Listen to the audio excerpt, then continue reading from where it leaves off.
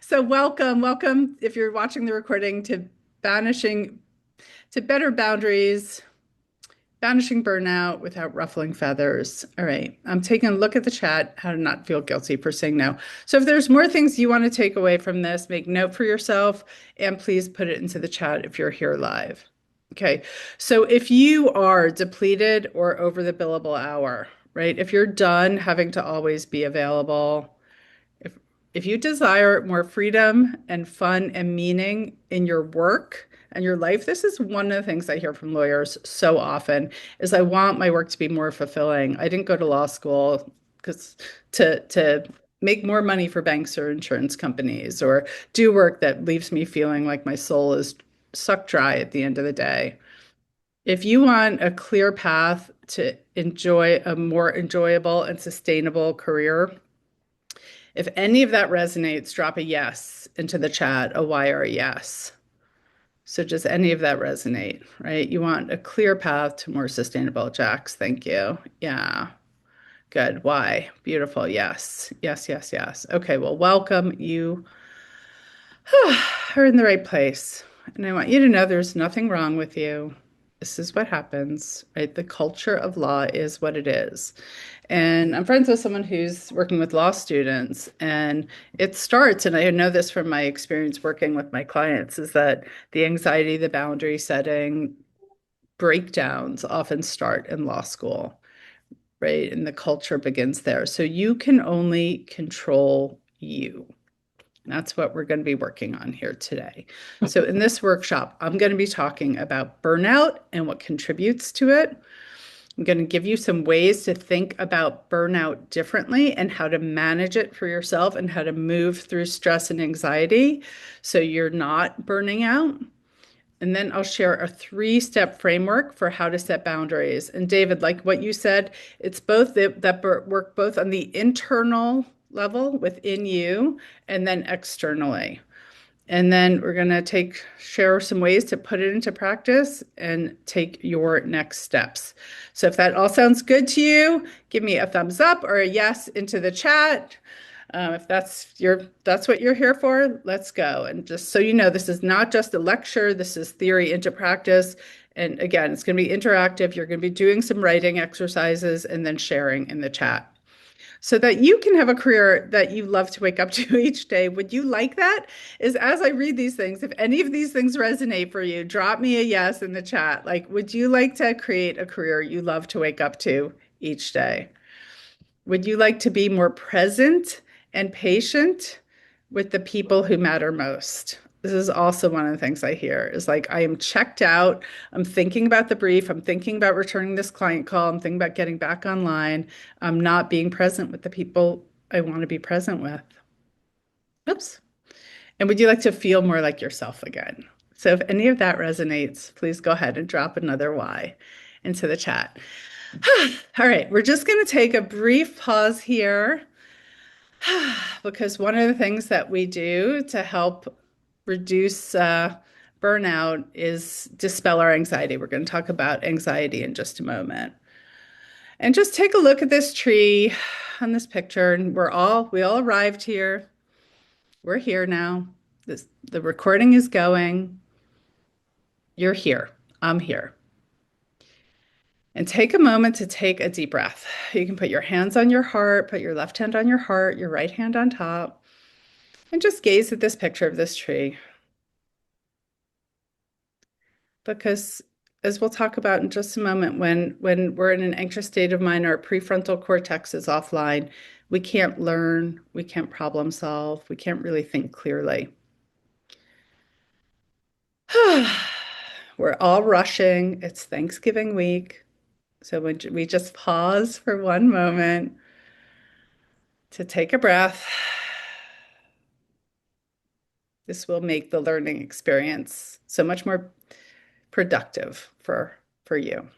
And just set your own private intention. Just you can close your eyes if that feels good. I'm closing mine. And set your own private intention for how you choose to listen to this material, interact here, show up. Are you going to multitask? Are you going to focus? What's your intention? You're here to take something of value away.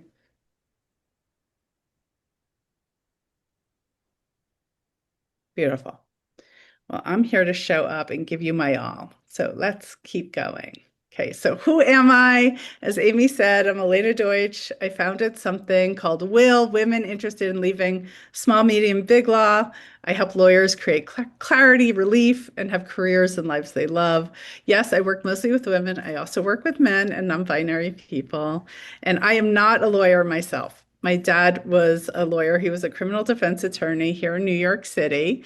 And when I was a kid, I thought I wanted to be a lawyer just like him.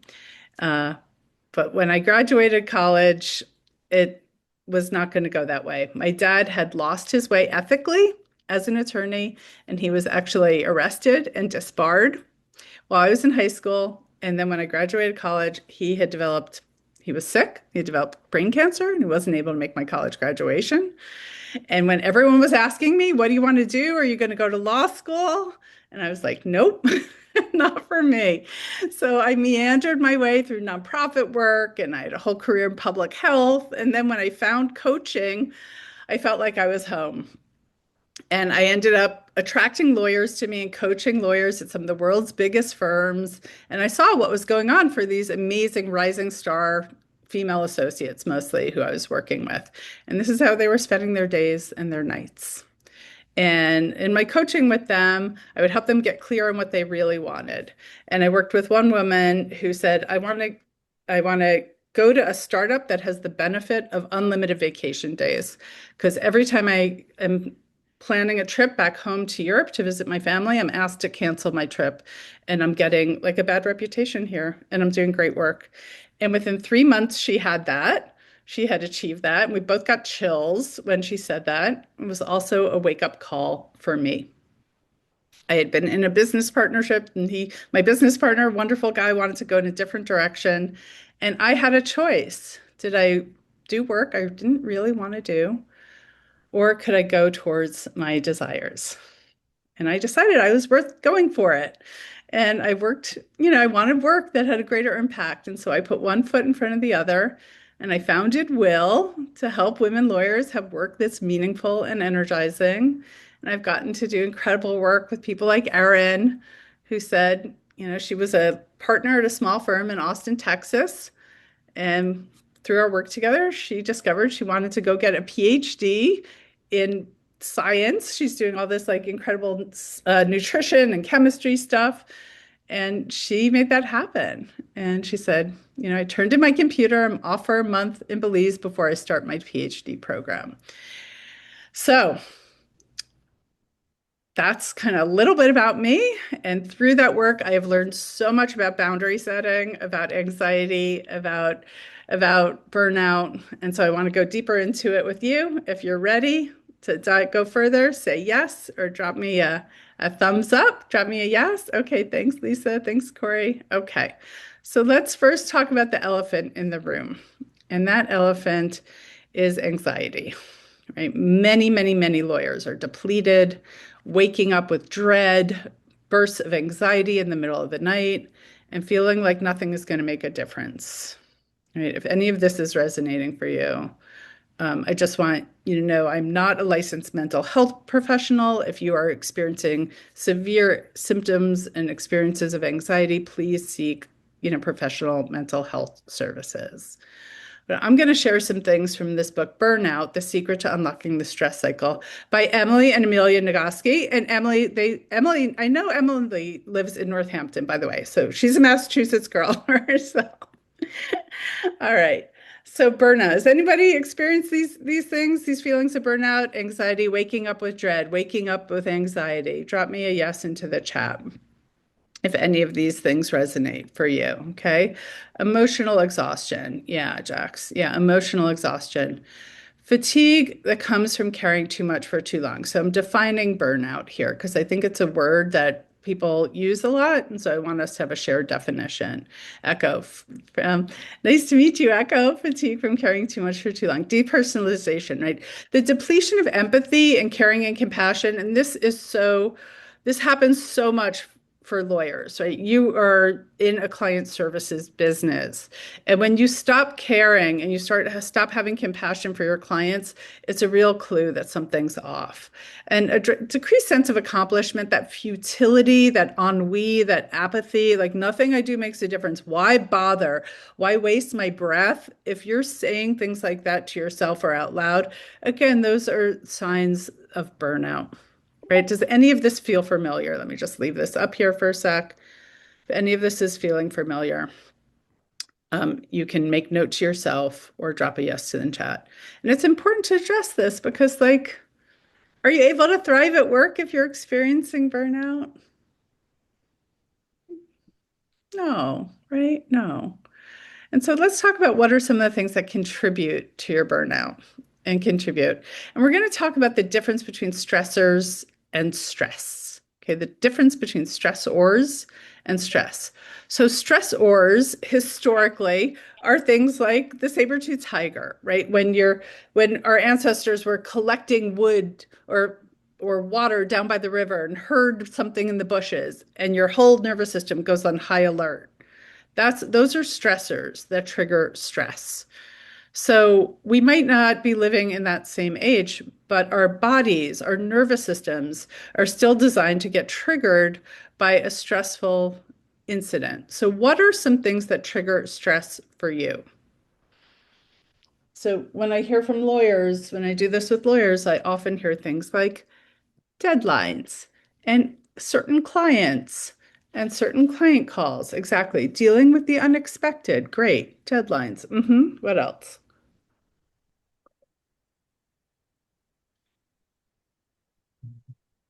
Making a mistake. That's a huge one, Laurel. Yeah. The like waking up with this dreaded fear that I made some career altering mistake. Good. What else? It's important for you to know what triggers stress for you. So to help you manage it better. There's no one right answer. There's no right answer here. It's just for you. For some people, it's, when you get that email from a certain person or the phone rings and you see someone's number come up that you don't really like talking to, having to constantly reschedule the same matter. Yeah, beautiful. Right? Noticing like maybe this week there's someone in your family or that you're getting ready to see, and that's triggering some stress for you. Again, this works personally and professionally. Again, for some people, deadlines. Harding to find the answer to the legal question, right? There's a right answer. Okay, so these are your stressors, and stressors cause stress. Let's talk a little bit more about what stress actually is, stress and anxiety. So stress is the physiologic response to the perception of danger. Okay, the physiologic response to the perception of danger. It's that chemical stew that bubbles right up in our system when we experience a trigger, when we experience a stressor, and it's designed to help us survive. When you're crossing a street and you almost get hit by a car and someone pulls you back, like your body goes into an instant flood of adrenaline, of cortisol, right? And this is from our lizard brain, our brain formed in layers. It's the fight, flight, or freeze response that many lawyers operate in almost daily. Okay. And it takes a toll on the nervous system because under stress, your brain produces hormones like cortisol and adrenaline. And this picture is often very illuminating for people. What happens when you have that surge of anxiety and adrenaline is your visual acuity goes up, your motor cortex increases, blood rushes to your extremities, to your limbs, so you can run away. That's really what's happening, right? So you can run away quickly. So you can see things more clearly. Your auditory acuity goes up. So you can see and hear and get out of that situation, fight, flight, or freeze as quickly and as safely as possible. And your blood rushes away from and energy goes away from your prefrontal cortex. So you are not thinking clearly. I'll give you an example of this for myself. A couple of weeks ago, I was doing a workshop and the wrong Zoom went out, or we had two different Zoom links that went out. And a couple of people came to the workshop, they found the right Zoom and they got in. And I was so stressed out, I could not think clearly to go grab the right Zoom and email the people who had signed up. It took me so much longer to do that task because my prefrontal cortex was offline because I was upset and scared and anxious that my team and I had made a mistake. Right? So just think for yourself about a time when your prefrontal cortex goes offline because your IQ drops by as much as 50%. All right. So if this is resonating, drop me a Y into the chat if you can think of something. So again, stress is the physiologic response of when you think something bad is going to happen in the present, in the past, in the future. It doesn't have to be happening right at this now moment. Often it's something in the past can trigger the same response. And listen, our bodies speak body language. Our bodies speak body language. So, what are some of the ways that stress shows up for you in your body? So, put into the chat. I'm just getting a little stressed, anxious, working up, talking about this. So, do you get tension in your heart? Do you get tightness in your chest, in your shoulders? So, when you just notice, take a moment and drop into the chat. Where do you experience stressors? Where does it show up for you in your body? Mm-hmm. Shoulders. Stomach. Yeah. A lot of people develop irritable bowel syndrome, have chronic stomach, right? Your heart rate goes up. Because skin issues, rashes, these kinds of things happen when your body is under chronic stress, crying, fatigue, neck, headache, brain. Yeah. Okay. So I'm sorry things are happening and it's your body speaking to you. Panic attacks. Yes. Yeah. This is what happens, brain fog. So while I'm not glad that this is happening, I'm glad you're starting to really dial in and notice what's going on for you. Okay, so to complete the stress cycle, so what the Nagoski sisters say in the book Burnout is in order to discharge the stress, we actually have to complete the stress cycle. So our body goes into this heightened state, and we actually have to solve it and go through the stress cycle tunnel to dispel it. And so here are some physiologic ways to complete the stress cycle because, right? Because the body speaks what kind of language? Body language. It's not about, we can't think our way out of it. We have to actually move our body. So run, walk, dance, shake it out. That's why going for a walk is such a good thing. Taking a shower, getting up, moving around the room, putting on some music and dancing for a couple of minutes. Just standing up and shaking literally for 2 minutes, it has the same effect as doing yoga for 10. Okay, so breathing deeply, all the way out and all the way in, slowing down. And we're going to do a somatic exercise in just a moment. Connecting with others, having positive interactions, texting someone you love, saying, I just had a hard thing. Can you talk for a couple of minutes? Can I have a hug if you live with someone, or touching yourself, doing somatic. This is called havening. When you touch yourself, the body doesn't know the difference between you touching yourself and someone else touching you. Laughing, put on a funny video that makes you laugh. This is why people like cat videos and things, right? And I'm not saying cat video is the like answer to all your stress and burnout. Not at all. But just like in a moment, if it helps you laugh and dispel like the stress, then great. Then it brings your prefrontal cortex back online. Feeling affection, those warm hugs, long hugs until relaxed. Right. So we're going to do this quick exercise from Mel Robbins from her book, The High Five Habit. And Mel Robbins is, I don't know if you know this, but she is a former attorney, former practicing attorney. And I invite you to take a moment now and put your left hand on your heart and your right hand on top. Just put down whatever you're doing. If you're multitasking, take this moment to yourself to do this. Thank you, Jax. Thank you. And exhale and just say to yourself softly or in your head, I am okay. I am safe. I am loved. And then just take this other thing I like to do is you just look around you look up at the ceiling, you look down at the floor, you look over your left shoulder, over your right shoulder. And this just tells your brain, like, there's no saber-tooth tigers are coming. I am actually safe in this moment. And then I like to add the phrase in this moment. So let's do this one more time. In this moment, I am okay. In this moment, I am safe. In this moment, I am loved.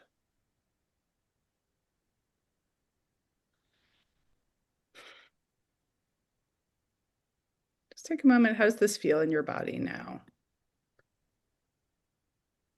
Let's just do it one more time and then just really tune into your body. In this moment, I am okay. In this moment, I am safe. In this moment, I am loved.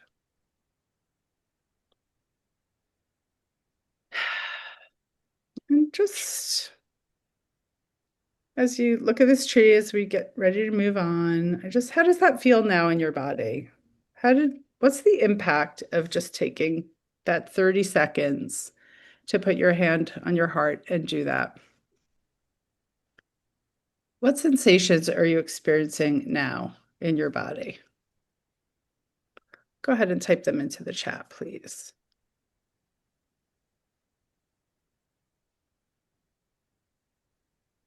Calm. Good. Thanks, Amy. Hope. Nice, Echo. Thank you. Reassurance. Good. Yeah. So there's a lot more tools. I share a lot more tools like this. Calm. Good, Faith. Thank you. With clients. Clarity. Good. Nice. So it doesn't take much. Grounded. Yeah. Oops. So that's one tool that I have for you.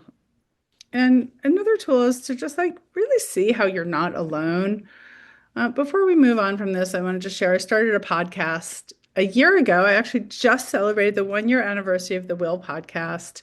And in the podcast, Destiny Bounds, both Wilder and Destiny share about their journeys in our work and starting their own firms. But Destiny really shares very deeply about her journey with burnout, how she couldn't get out of bed for 2 weeks after winning a summary judgment, and how taking a leave of absence was a great strategy that we worked with her on.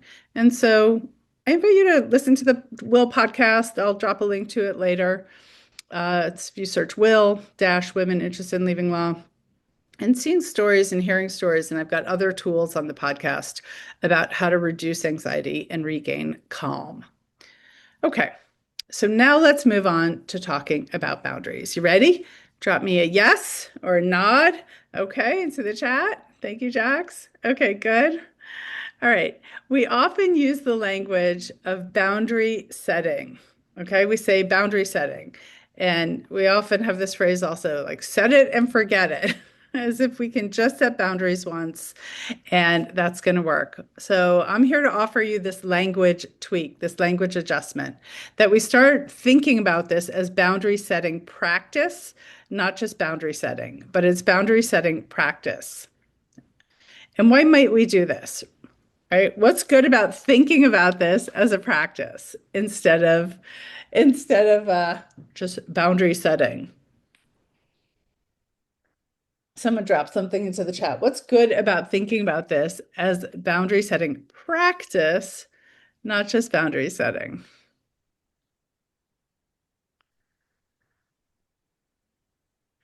Right? Anyone? Yeah, so you don't beat yourself up. Thank you, Susan. Love it. We're learning how to set, not just failing. Yes, David. Love it. Love it. Okay. Yes. Practice makes progress. Love that, Corey. Right. We may not be perfect at first. Like, let's just even perfection. Yeah. Is not what we're going for. We're going for practice, right? I'm a Ted Lasso fan, so we're talking about practice here, man. Practice. So I'm going to share with you the 3 steps to boundary setting practice, to the boundary practice. And this is from the work of William Rye. He's one of the founders of the Harvard Negotiation Project, and he also wrote the book, The Power of a Positive No. So this is drawn from that work. And again, as I mentioned earlier, and David, I think you were asking about how can I set my own internal boundaries? And so this works both on the internal and the external level. So maybe you're setting a boundary with yourself about screen time, about not being on the phone so much, about I know I am, I know I'm working on my habits, my behavior in relation to my phone. My phone's actually over on the other side of the room. I don't even know what's going on with it, and that's good. All right, so the first step, I'm going to walk you through the steps and then you're going to do this exercise. The first step is you say yes. The first step is what are you saying yes to? What do you want more of in your life? Yes to your truth. Yes to your priorities. Yes to your values. Yes to your mental health. Yes to calm. Yes to feeling grounded. Yes to sleeping through the night. Yes to having uninterrupted dinners with my partner or spouse or children or friends. Right? Yes to getting to the gym. Yes to getting to a yoga class. Right. What are some of the things that you want to say yes to? Okay. So I'm just going to walk you through this first and then we'll do this. So here, taking unplugged vacations. This is something so often setting boundaries. I say yes to not being on calls with clients all night. Okay. So what is it that are some of your values that you want to say yes to, your priorities? So that's step one. And then step two is saying no.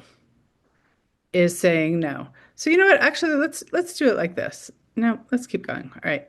Step two is saying no. What are you saying no to? Maybe you're saying no to panic attacks. Maybe you're saying no to client calls after 8 p.m. Maybe you're saying no to client calls after 6 p.m. Maybe you're saying no to, a colleague who's asked you to do something at the last minute and you don't have the time or capacity. You say, no, I can't get to it now. I can get it to you by next Tuesday. Right? So, no to whatever it is. And one of the beautiful things with this is we don't have to explain. And this is a practice I'm still working on. When I need to reschedule something, I don't need to explain to someone why I need to reschedule it. Nobody needs more information these days. We have plenty, right? Like, no one needs to hear why you're taking your kid or you got a doctor's appointment. Just know, just know. No explaining, no period is a complete sentence. It's a red light. Okay, sorry, I can't. No. So that's step two. And then step three is this is the without ruffling feathers part. You're not saying no, you're not ghosting people, you're not cutting off communication, you're not saying I'll never do it. Well, maybe sometimes you are, but you're saying yes, question mark. You can offer what you can do, or you can offer a question to get more information. I'm not able to do it now. Can we get it? What's the real deadline? That's one of the things I got from one of my clients. She said, what's the real deadline when we were doing this exercise? Because so often there are fire drills and we need this yesterday. And you know what? If you work in a big firm, nobody's making money when you're not working, right? If you're billing every 6 minutes, it's a bag of money. So if you're not working those 6 minutes, guess what? You're not making money for the firm. So some people don't like it when you sleep. Some people don't like it when you take unplugged vacations. Some people don't like it because you are not making them money. Now, if you work for yourself, there's a whole other story. You've got to set some boundaries for yourself also so that you can do your best work, so you can continue to work, so you can continue to thrive. All right, so I can't do it by till Tuesday. How does that work? Who else can do it? That's another great yes question mark. What's the real deadline? Okay, so this is about communication. And this is why it's not ruffling feathers. You're communicating clearly what you can and cannot do and by when. Okay, so that's the step three. So we're going to use the metaphor, the analogy of a tree, and I'm going to have you do this exercise now. And then I'll do a time check. So what we're going to do is you're going to write your own yes, no, and yes. So grab something to write with. And I'm going to show you. We're going to use the image of a tree. Okay, so down, I want you to draw. This is my own drawing, beautiful though it is. Draw the word yes, draw the roots of a tree and start to draw up the trunk of a tree where I have this green and write the word yes, exclamation point. Yes, exclamation point. And take a moment and around the yes, exclamation point, what are some of your values, the things how you want to spend your time? What's most important to you? Having dinner with my loved ones without the phone on the table. Maybe you're saying yes to that. Maybe you're saying yes to get to an exercise class. Maybe you're saying yes to start working with a nutritionist. Maybe you're saying yes to going to bed at 10 o'clock or 10:30 at night.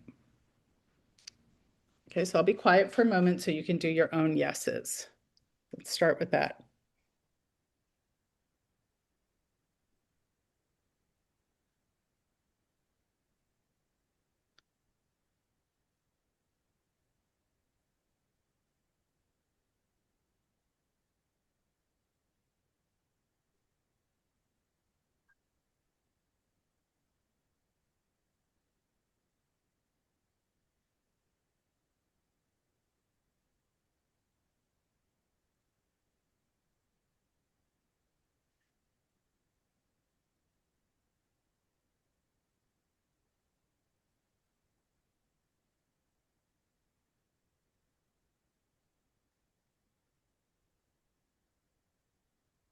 Okay, so then when you've got a few, three, five, half a dozen, 10, whatever, go ahead and put some of your yeses into the chat before we move on. I'd like to hear what some of your yeses are.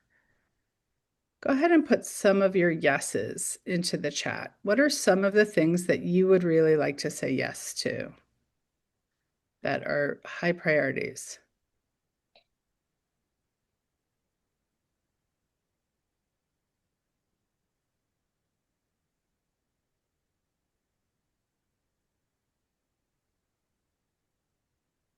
Okay, great. Not answering every single call from my mother. Yeah, it's really important. Set those boundaries, especially during the day. Yes, thank you, Martha. Sleeping at least 7 hours a night to have more fun. Yes, love these. Read books that I like. Spend time with family. Yeah, echo. I had a client, when she came to me, she said, I love reading books. I haven't read a book for pleasure in 5 years. And now she takes out stacks of books from the library. It's so good. To get on my skateboard more. Yes, Jax, 1,000%. Taking days off when my family is out of the house so you get some quiet and time alone, Corey. I love it. Organizing, decluttering. Yeah, these are all things you want to say yes to. You're choosing to say yes to. Love it. Love, love, love. Okay, so I'd love to get a couple more. But let's keep it moving on. Good. Thank you, Amy. All right. What are some things that move up the tree? Draw up nice sturdy trunk of the tree. Draw up a nice sturdy trunk of the tree and write the word no. And what are some of the things you're saying no to? Right around what are some picking up the phone every time my mother calls. What are you doing instead of getting on your skateboard more, Jack? So you're sitting and working? Too much time scrolling on Instagram again? Those are the things I'm working on. Yes, overbooked appointments. Yes, Faith, love that. Not overbooking appointments. Scheduling and some, right? So a yes for you might be scheduling some time for you, scheduling lunch, scheduling a walk, whatever it is. Okay, good. So take a moment, write down some of your no's, and then put them into the chat.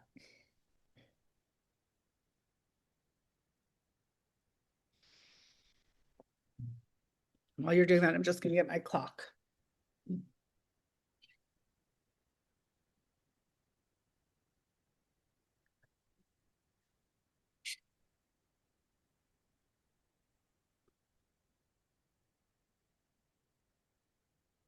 Yeah, good. So what are some of the things you want to say no to that you're choosing to say no to?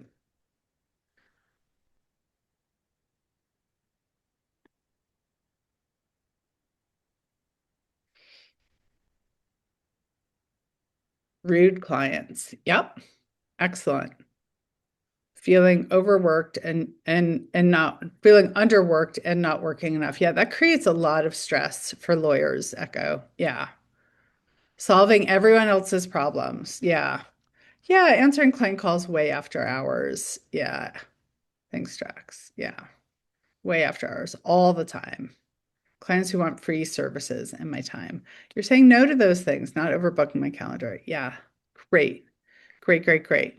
Okay, and now let's move up to the top of the tree, the yes question mark. These are the branches of the tree where there's multiple ways to solve a problem. There's no one right answer. Okay, this is the one most people struggle with because it's a new skill and you can develop new skills. You do it every day. So it might be like answering client calls way after hours all the time. Jax, you might have an autoresponder that says, these are my working hours. Or you might put a do not disturb thing on your phone. Or you might say to someone, I can't talk to you then. I can talk to you tomorrow at 9 a.m. Whatever it is. Okay, so it's yes question mark. Can we meet tomorrow at 9 a.m.? And a great story that illustrates this really well was during the pandemic, I was running a group with a group of Will members on Sunday nights. And there was a third year associate in my group. And a partner asked her to meet with him on Sunday night during the time of our call. And she put this right into practice. And she said, thank you. I'm not available then. Can we meet on Monday morning? And he was like, sure, of course. And so what happens when people do this is often they learn that the sky doesn't fall, that people are okay as long as you're keeping those lines of communication open. This is not about ghosting. This is not about just vanishing. It's not about not communicating. It's about sharing what works for you and what doesn't. Okay. So give this yes question mark a try and let's see if you can drop into the chat a couple of your yes question mark questions. Can we meet tomorrow? No. When's a better time? Let me go back to my examples. Here of the yes, yep. I can do it by tomorrow. Is that okay? When's the real deadline? Who else can do it? This is a great one. Who else can do it? Does it have to be me? Yeah, I can't do it by now, but I can do it by Tuesday. Right? So these are some questions. So go ahead and drop some into the chat. What's a yes question mark for you? One at the top of the tree. And if anybody wants a little coaching or support or is stuck around this is very common. Raise your hand or come off mute. We can take you off mute if you have questions, if this isn't making sense, or if you're feeling stuck with this. Anyone? Okay. Who would be able to take a first pass at these edits? Yeah, that's great, Corey. One of my long-term clients, she left Big Law, she's gone in-house, and she's using these things all the time. And she's still struggling. It's still a practice for her to set these boundaries. And they're one person down on her team. And she's like, can we give this to outside counsel? Who else can do a first pass at this? It's so great. That's such a great one. Terrific, Corey. What else can I delegate? This is one for myself. Yeah, really great question, Elise. I love that. Love that. Okay, great. I want to make sure we have some time. So anybody here stuck? Anybody want a little coaching or work through one of their examples? Raise your hand. This is one of the amazing things about being here live.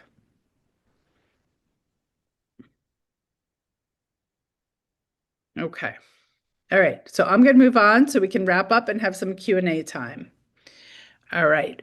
So let's now take this and put this into practice. Right? Because you have choices. You really do. As long as we are alive. And I don't know if I have this. I have it in some of my other presentations. I don't think I have it here, but there's a Viktor Frankl quote that I love very much. And Viktor Frankl was a Holocaust survivor and he was a psychiatrist. And he said essentially, between stimulus and response, there is a choice. When something happens and how we respond, we have a choice. And in that response lies our freedom.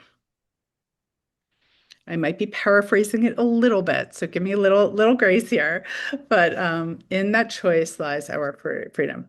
Right. Here's a good question. How do you deal with family members who make demands, not asks, and do not take no for an answer? Susan, are you willing to unmute yourself and come on camera and we could play with that a little bit? Um, yeah, Yeah. Thank you. I did basically, um, it just created, I guess I guess you just have to anticipate the ugly and walk through it because I had a situation and I'm having anxiety about Thanksgiving because I'm worried Yeah. about, Yeah. family reunions and that Yeah. are forced upon me and things like that. Yeah. But and the drama that ensues. But basically, yeah, I just think of like a recent situation where my sister had a she had just moved and she wanted to throw a party to meet all her new neighbors, so she threw a party for her neighbors to meet everybody. And she asked me to bake three things for her party. I only got around to baking one, and she was very adamant that, I stay up all night and this and that and bake Wow. the other stuff and do Wow. all this stuff. And I really like, I don't know. I ended up just holding, uh, Yeah. I mean, she turns into a bully, and I basically at the end I was like, I can't do it. That's it. Yeah. Gave up because she was yelling and screaming, and Yeah. it was just Well, so ugly. And I was like, I'm not dealing with this. And so yeah. anyway, so yeah, I guess that's all you can do. You can just be firm and just deal with the consequences. I guess Yeah. that's it. So Susan, thank you, first of all, for sharing that. And I'm sorry that that happened. And your sister was really sounds very unappreciative that you baked something for her party. So when you at the root of that, if we use this model, right, at the root of that, what's important for you to say yes to? Um, you know, uh, I told her my schedule. I had other obligations. I had tickets to a concert. She's like, "Oh, you Okay. can skip that and whatever." Like for me, and my sleep. My sleep Wow. is a thing because I would Okay. have had to get up at the crack of dawn or stay up. I would have had to make concessions in terms of self care to get it done. Outside of my Exactly. set schedule. Exactly. So you said yes to your concert tickets. You said yes to sleep. You said yes to your self-care, Yeah, right? And then you said no to your sister. You said, I can only make one thing. yeah. And are you responsible for her reaction? No, I'm not. Yeah. Yeah. And so if you could just, Even though she keeps telling me I am. How well, people tell you you're making me angry, but I'm can, not. oh, that's right. That is right. No one can make anyone else really feel anything. It's a bit of a bitter pill to swallow, but you are not making her feel any way. That's her choice. So let's just put your hands on your heart, put your left hand on your heart, your right hand on top. Are you willing to do that? Yes. And take a deep breath and feel your feet connecting to the earth and feel your spine elevate nice and tall because your body is going to a stress reaction, right? As you're anticipating this, as you're thinking about it. So your cortisol is going up, your adrenaline, your fight, flight, or freeze. So coming back into the body, putting your hands on your heart, telling yourself, I am okay. I am safe in this moment. My sister's not yelling at me in this moment. How does that feel, Susan? No, it feels good. I know at the core of it, it's my fear of, it goes to people pleasing, my people pleasing issues, Yeah. and my fear of a negative adverse reaction. And Yeah. I just have to learn to walk through the ugly and, get the nasty reaction and just, move on with life. Like it's, And you know, right. Yeah. And whose problem is it really that they're at behaving that way? theirs. Yeah. Yeah. Thank you so much, Susan. Really appreciate you coming on and sharing that example. And we all have stuff. And again, I'm so happy you brought something personal and about Thanksgiving because this tool, I invite every one of us to do a yes, no, yes before the holidays. So, yes, no, yes, chase. So you recognize your options, so you've got choices. Do you want to keep going and keep working as you have been, or not, because I want you to ask yourself this question. What will happen? Yeah, thank you, Susan. What will happen for you if you make no change? What will happen for you if you keep working or interacting with your family the same way that you have been? So, what will happen for you? Only you can answer that. But when I ask clients that, or prospective clients and lawyers I talk with, they usually say, nothing good, Elena. Nothing good will happen if I keep going the way I have been. If I keep doing this for another 3, 5, 15 years have passed. Actually, just a woman came to started working with me. She'd been following my work since 2018. Since 2018. And she says, now I feel like I'm in the bottom of a ditch. And so we're getting her out of that ditch, right? Because you have choices. You can make a new choice to behave differently, to put yourself first. Yes, it might ruffle a little feathers, but if you say, hey, I can do it, then I can bake you one thing. I hope you're okay with that. So you feel better. You are responsible for you. You are the only one who can make these choices and these changes because a decision is action. And I want you to remember this is a practice. You're not going to do it perfectly. And people might not like when you say no and you change things. As Susan, you know she's not going to like it. So you're going to be willing to practice and to start small, right? I'm not saying like, tell the so and so, the your top client or partner or whatever, like you can't do XYZ tomorrow. Start small. Start with the personal things. Start with things that feel like an easier step so that you can sleep through the night and wake up calm and eager. So you are present and patient with the people who matter most. See, Elena, one of the yeah, go ahead, sorry, the Amy. things Yeah. that occurred to me when you talked earlier about having to explain why you can't do something rather than just saying, I can't do that. How about at this time? I Hmm. see people who write in their out of office emails why and what they are doing, um, rather than just saying, which a lot of people do, I'll be out of the office or I'm not available, no Yeah, access to email. And so it is interesting. People are feel the need to explain why they can't do something rather than, totally. Yeah. And so and I I always found understand that that's interesting. yeah. Yeah, and that's, look, it's I don't think we need to do that generally, but you're in the culture you're in and you know the culture you're in and who am I to that might be the standard in the culture, but I agree most Mhm. people don't need more information about why you can't do something. And Susan, I don't know if you saw in the chat, you're getting some love from Faith and Martha with so please take a look there. Um, if you want a more joyful, balanced career and life, then you have choices to make. And so I want to recap.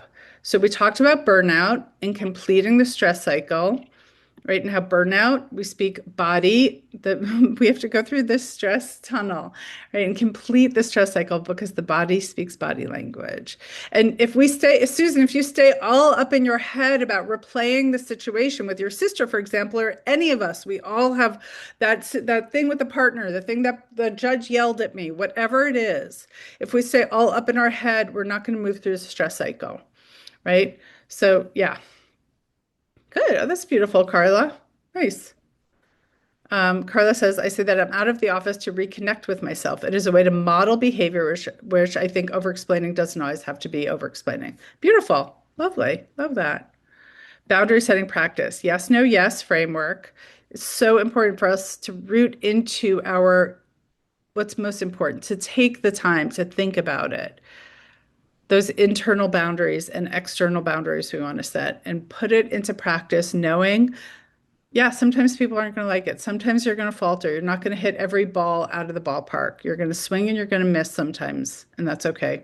and to choose something new.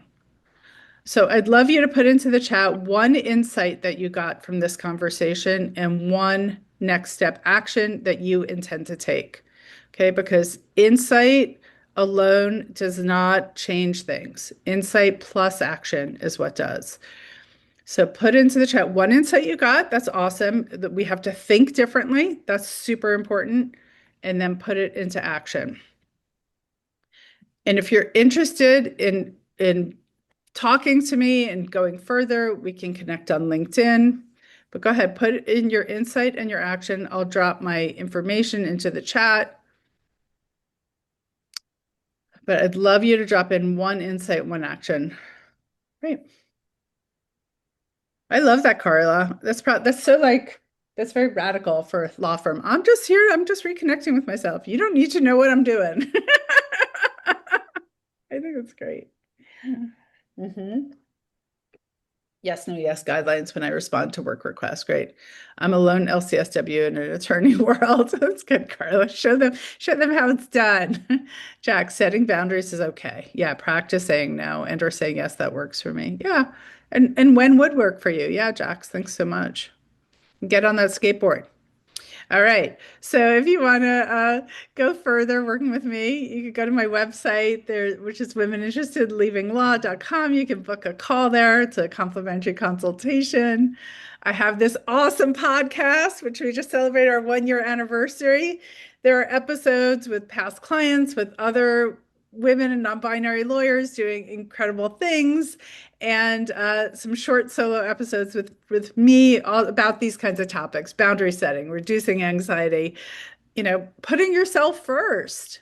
A new member just enrolled, and she listened to the podcast. She said, what made me really want to work with you was when you were like, people don't care, people aren't thinking about you. Like you have to think about yourself. And if they don't like your decisions, they're really, people are not worrying what you're going to do. People are worried about themselves. Oh, thanks so much, Jackson, Faith. I'm happy to stick around for some more questions. Here's a little testimonial, but I want to end on time. So women interested in leavinglaw.com/call. Oh, and here's a special invitation to you. I'll make sure Amy has this to send out. On December 28th, I do this very fun thing called the New Year Intention Setting Pajama Party. And if you liked this workshop, we spend a few hours together during that kind of lull between Christmas and New Year's. Roll out of bed, grab a cup of tea, stay in your pajamas, and we reflect on this past year, and you set some powerful new intentions for this new year. And you get to meet amazing other lawyers who are kind and on the path to creating work and lives they love. And so there's till December 1st, there's a $200 savings. So you can go here. Let me see if I can grab it and drop it in the chat. Thank In you, the meantime, Laurel. Yeah, thank you. Thank you. Go ahead, um, Amy. Mm-hmm. I was just going to say, so everybody knows that you will automatically get a recording of this presentation. We'll also send out her slides, and then everything is always housed on our digital library. So if you are looking for this presentation or something else, you can always go there. So thank you Okay. so much. Again, for those that want to stay on, it sounds like she can if you have additional Yeah, if questions. you have additional But questions, yeah. And here's my thank you LinkedIn all. QR code, but I know it's worth time. So thank you so much, everyone, for being here. Let me drop this into the chat. This is the pajama party link to sign up, and that's the promotional code if you want to hang out one Sunday morning, get cozy, and get really clear about your new year. In 3 hours, we get it done. It's great.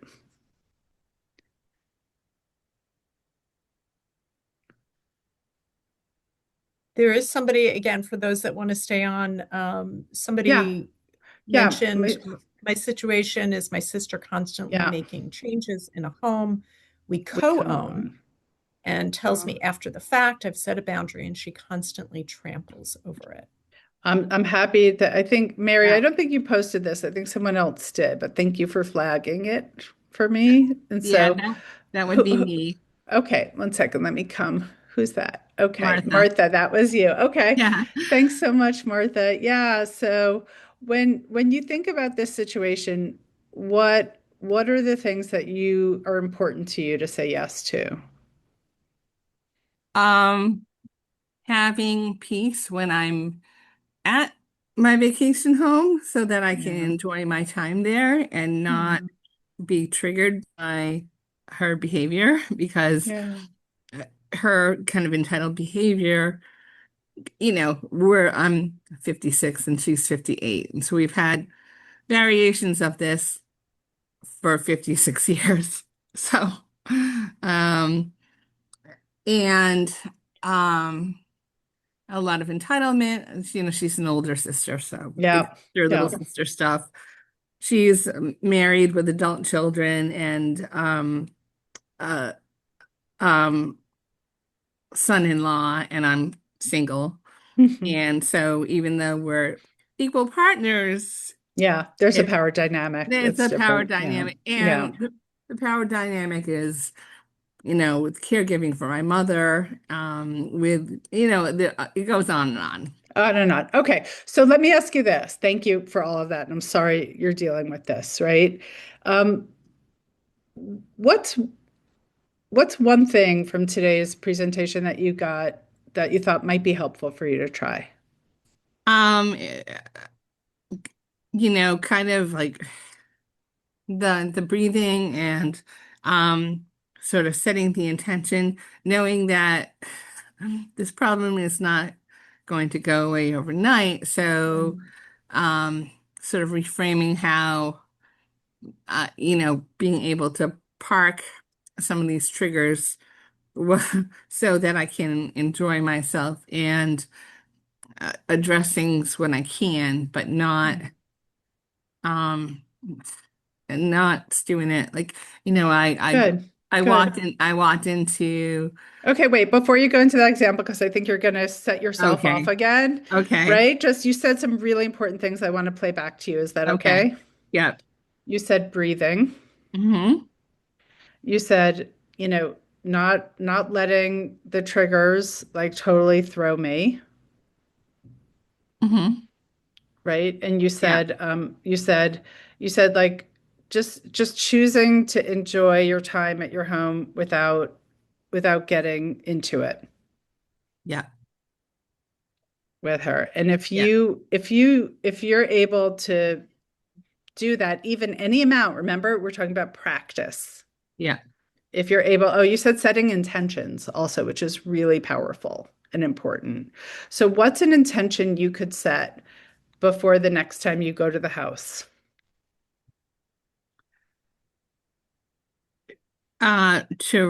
To reiterate my boundary Hmm. and I have put it out there and it's really kind of know whether it gets crossed or not. I've put that out. Okay, that's great. So you've reiterated your boundary, and whether it gets crossed or not, you can't change the legal profession. You can't change your sister's behavior, Right. Right. right? And so when she does whatever it is she does, what can you do to care for yourself in that moment? Uh,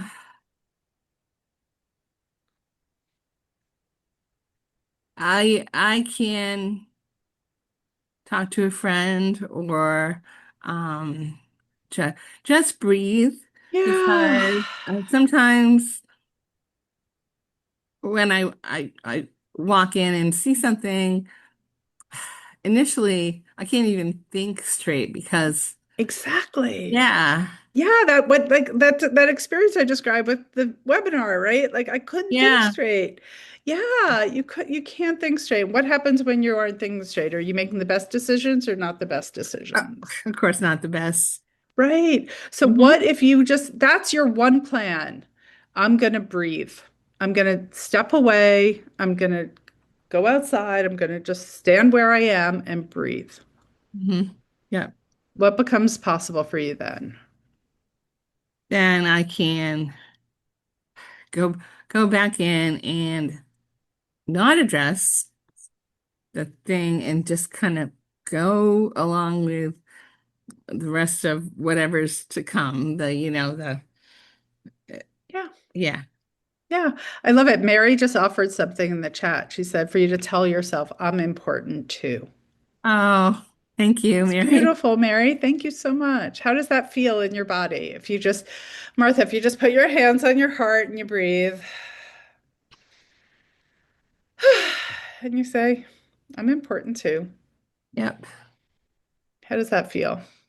It feels good. Great. Thank you so much, Mary. That was very generous. Yeah, Yeah, thank you. good. Martha, thank you. I think you have, as long as we are alive, as long as we are able to draw breath, it is there for us to help. That's the a number one tool to move through the body stuff. When you're in reaction, to breathe, you've got it. That's Hmm. a great plan. It's all you don't need anyone else. If it's great if you get through to a friend, but in that moment, you've got you. You've got And you. I'm thinking like letting go of any expectations of things Yeah. being different than they will Ooh, be. that's awesome. Have you read the Mel Robbins book, The Let Them Theory? Yeah, I do. Yeah, there you go. It sounded very let them to me. So let her. I can set my boundary. I don't appreciate you doing changes to the house without my consultation. Will you speak to me first next time? Like I'm just making an example. Yeah. Hmm. You've probably done it 1,000 times. And then if she does or doesn't, Yeah. you're taking a deep breath. Good for you. Thank you. Yeah. Thank you. I love it. Um, Thank thank you. Anyone else? you. Amy, I don't know if you have to go. I could stay 5 more minutes if you're willing to, Amy. That was a good Yeah. example. Thank you, Mary. Yeah. Mary, do you have something? You've stayed on and offered such generous support to Martha. Is there anything I can help you or anyone else with?